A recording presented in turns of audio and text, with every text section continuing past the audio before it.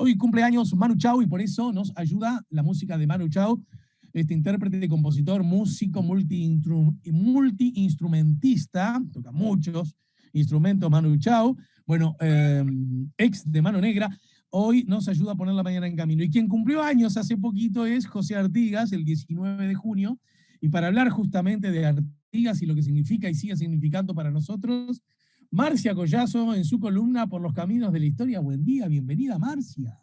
¿Cómo estás, Ale? Buen día a toda la audiencia.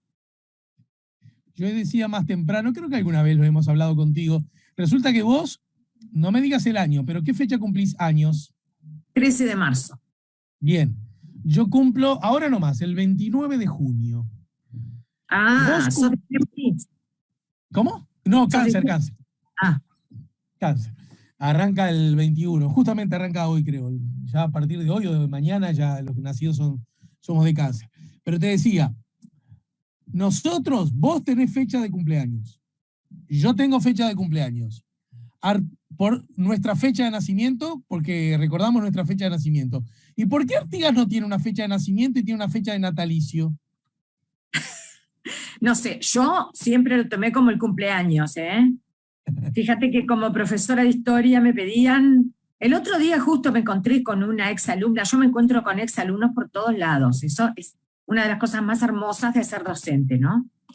Ayer me encontré con dos, fíjate, en dos lugares totalmente distintos, ¿eh? Una de esas personas fue en un lugar donde, en TV Ciudad, me pidieron que fuera a hablar ayer justamente por Artigas. Me encuentro con una exalumna que trabaja en ese lugar. Y sí, no, maravilloso realmente. Mis cuentos, un día voy a tener que hacer esos cuentos. Y acá una vecina me dijo, me acordé, dice, el 19 de junio, ¿verdad? El domingo, de ti, porque daba los discursos sobre Artigas el 19 de junio. Y ella venía con sus hijos de la escuela, donde también se había dado un discurso sobre Artigas. Pero yo, claro, imagínate, tenía que dar un discurso a niños de primer año de liceo.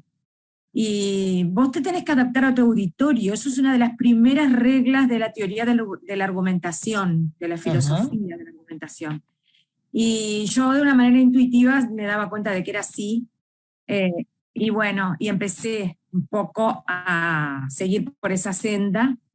Y les decía ese cumpleaños de José Artigas, ¿no? Y les decía, bueno, cuáles serían sus juegos, cuáles serían sus entretenimientos, si se sentaría o no se sentaría en el cordón de la vereda de piedra de su casa, a ver pasar los caballos, por ejemplo, de la guardia de la fortaleza.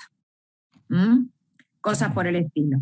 Y bueno, y son maneras de humanizar al prócer, ¿verdad? El prócer, esa palabra que suena tan rimbombante. Pero vos me pedías que un poco también analizara, o bueno. Porque en realidad le voy a contar a la gente que hay un posteo en Facebook que hiciste ya hace unos cuantos años atrás, sí, pero que vos más te encargaste de decir que tiene absoluta vigencia, ¿no? Exacto, porque justamente ese posteo, que no me acuerdo, creo que yo había hecho acababa de venir de una visita a Entre Ríos, y donde el artiguismo es impresionante, ¿no es verdad? Y entonces decía, bueno, lo mismo que digo hoy, Artigas sigue siendo elegido, Artigas es motivo de actos de elección, ¿no? De las personas, de los habitantes de este país. Si no fuera así, yo creo que caería por su base todo, su recuerdo y su memoria, ¿no? Es verdad que también existe un cierto culto a Artigas, que a mí en lo personal no me gusta. No me gusta ningún culto en general, porque se caen dogmas, y los dogmas son justamente afirmaciones no. Y cuando vos caes en una afirmación no discutible, caes en un problema. Primero en un problema de comunicación bastante serio, en el que hay uno que manda y que dicta el dogma y hay otro que obedece y se prosterna. Y de eso hemos tenido, no vayas a creer, hemos tenido un culto a Artigas en ese sentido dogmático, ¿no? Capaz que todavía en algunos sentidos lo tenemos. Pero lo que quiero decir es justamente eso, que Artigas, al erigirse en una especie de máximo conductor y máxima figura de la nacionalidad y de la identidad. Dio para mucho, dio y seguirá dando para mucho, para muchas interpretaciones de todo tipo, para muchas posturas que a veces pueden ser antagónicas, y lo son en los hechos. Y vos te preguntas, pero ¿cómo una dictadura militar como la de 1973, ¿verdad?, pudo siquiera pretender erigir a José Artigas en una figura histórica principal?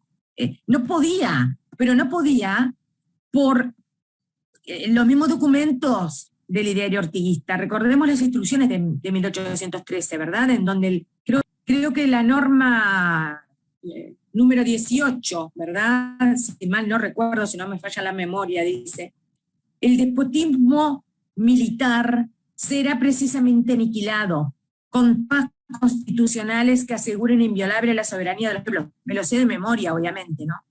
Entonces, más allá de los dogmas, Ale, hay documentos, hay hechos, hay tópicos que están ahí puestos, jalones de memoria, que no podemos deformar. Una cosa es la interpretación de José Artigas y otra cosa es la deformación de su pensamiento. Son dos cosas muy diferentes. Por ejemplo, ninguna oligarquía, ningún grupo pequeño que pretenda erigirse en conductor de las mayorías puede tampoco pretender tomar la figura de José Artigas para sí. No lo puede hacer. ¿Por qué? Porque José Artigas inauguró entre nosotros este importante pensamiento de la soberanía popular, ese que venía de la Ilustración, de Rousseau, más que nada de Rousseau. Lo puso en práctica entre nosotros, no solamente, no solo tomó la soberanía popular de Rousseau, sino que tomó otras ideas igualmente poderosas que venían de los revolucionarios de Estados Unidos. Una revolución bastante reciente en el tiempo, que también creían en el gobierno del pueblo, ¿sí?, y en una democracia arreglada en base a ese sistema de gobierno del pueblo. Así que no. Muchas veces se intenta tomar esa figura que hemos construido desde más o menos 1911, que fue cuando se hicieron los festejos del centenario, del primer centenario, basándose justamente en 1811, año de la Revolución. Ahí se tomaron dos grandes tópicos de José Artigas: la batalla de las piedras y el éxodo. No se tomaron ni las instrucciones de 1813, ni mucho menos el reglamento de tierras de 1815. ¿Por qué? Porque no convenía. Entonces los dejaron de lado. Se quedaron con las piedras y con el éxodo. Pero claro, muy poquito después apareció Héctor Miranda con su formidable libro, Las Instrucciones del año 13, en donde empieza a analizar todo eso. Empieza a analizar cosas que de repente a los gobiernos de turno no les interesaban, no les favorecían, no les convenían del pensamiento artiguista. Por eso digo que lo construimos todo el tiempo a José Artigas. Pero por eso también tenemos que conocerlo, tenemos que tomarnos la molestia de conocer su ideología, porque si no caemos en el teléfono descompuesto. Lo que me dijo la maestra, a lo que me dijo el amigo de la maestra, a lo que me dijo mi tía en un asado porque era amiga del amigo de la maestra, no. Sí. Tenemos que ir a su ideología de primera fuente.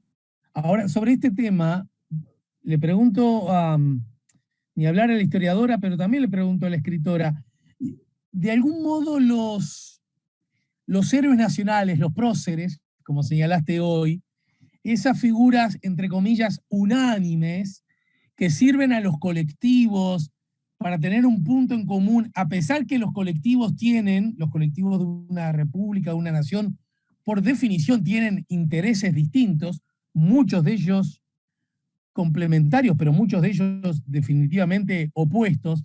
Sí, por supuesto. Las naciones en general no tienen como un héroe que permita ser lo suficientemente utilizable, tironeado más de un sector cuando hablan algunos, tironeado más de otro sector cuando hablan otros. Sí, eso también pasa con Artigas y eso es parte del fenómeno de la identidad, y no solo de la identidad, sino de la construcción del Estado-Nación. Claro. Nosotros puede decirse que construimos el Estado-Nación recién, justamente a partir del vallismo. Por eso en 1911 no es casualidad, ¿verdad? Se juntan los 100 años de la Revolución con esos festejos que pertenecen a un Estado-Nación que ya se está configurando como tal. Obviamente que la democracia tiene que haber posturas disímiles, distintas, tiene que haberlas, porque las hay, porque los seres humanos pero lo que te decía antes, hay que tener cuidado, porque vos tenés un umbral de diferencias, tenés un umbral de disidencias. Por ahí puede haber, como pasó en nuestro país, por eso traje la dictadura de 1973, puede haber una dictadura militar o cívico-militar que pretenda cubrirse con la figura de José Artigas. Bueno, entonces la pregunta, ¿estamos en democracia? Empezó siendo negado, empezó siendo vilipendiado. Todos sabemos de su leyenda negra, y entre nosotros también la tuvo. Luego empezó la gran pregunta, el signo de interrogación, que se dio más que nada entre nosotros, justo es decirlo, porque en Argentina Bartolomé Mitre se encargó.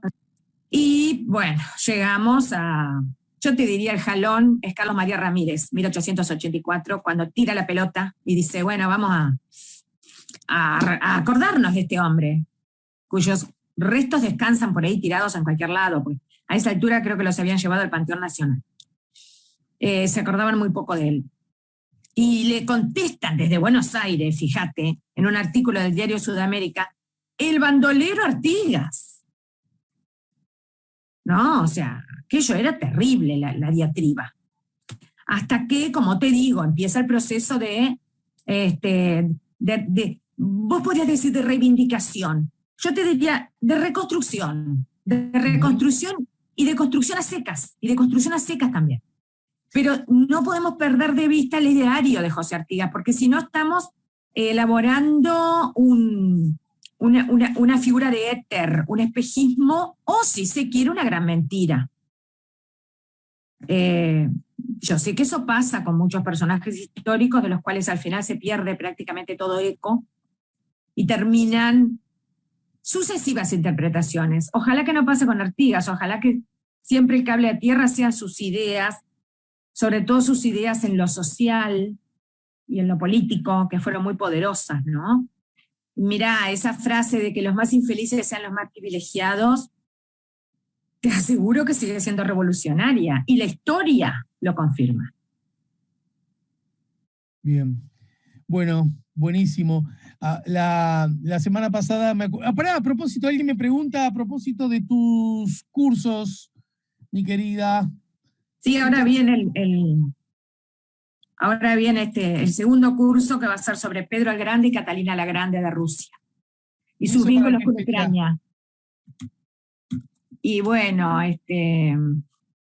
todavía no tengo, porque ¿sabés qué? Estoy tan ocupada armándolo y estudiando, investigando. Es apasionante, pero es difícil, ¿eh?